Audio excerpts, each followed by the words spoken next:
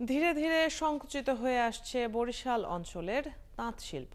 ৫ বছর আগে তাঁত বোর্ড থেকে তাঁতিদের আর্থসামাজিক অবস্থার উন্নয়নে ঋণ দেয়া হলেও পিছিয়ে পড়ছেন তাঁতিরা।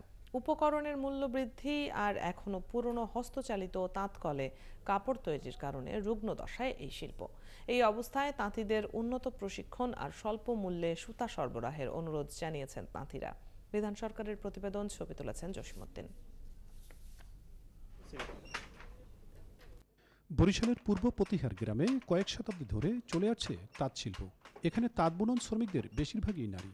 মজুরি কম হলেও সংসারের কাজের ফাঁকে তাঁত কারখানায় কাজের সুযোগ নেন তারা।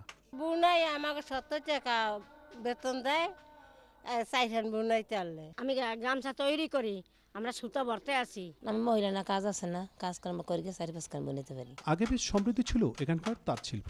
এখন বড় বড় কলকারখানার ধাক্কায় ছোট শিল্প টিকে থাকা দায়। এরপরও তাঁত বোর্ড কিংবা মহাজনের কাছ থেকে ঋণ নিয়ে টিকে আছেন অল্প কিছু তাঁতি। মনে করেন 40,000 টাকা দিলে আমরা 3 বছরে পরিশোধ করি, আস্তে আস্তে আমাকে যায়। তাঁত বোটে ঋণ সবাই উপকৃত, আমিও উপকৃত হয়েছি, কিন্তু আমার এই কারিগর বিদায় আমি তাঁত বন্ধ করে ফেলাইছি। খুব ভালো ছিল, আগে চলতো, আর এখন বর্তমানে ওই মশারিটা কিছু চলে আর গামছাটা কিছু চলে, খুব কম।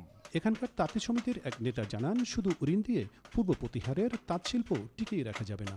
এর জন্য দরকার ন্যায্য মূল্যে সুতা বিতরণ সহ তাঁত শ্রমিকদের উন্নত প্রশিক্ষণ।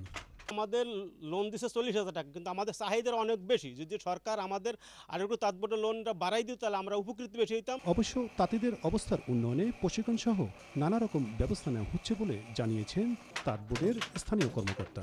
নতুন যে আমাদের প্রকল্প চালু হয়েছে, এই প্রকল্প থেকে ঋণ নিতে তারা আগ্রহী এবং ঋণ নিচ্ছে, এরা লাভবান হচ্ছে এবং উন্নত প্রশিক্ষণ যদি এরা দিতে চায়, সব ধরনের প্রশিক্ষণ তাদেরকে দেওয়া হবে তাঁত বোর্ডের পক্ষ থেকে। তাঁত বোর্ডের হিসেব মতে বরিশাল অঞ্চলে বর্তমানে টিকে আছেন মাত্র 615 জন তাঁতি।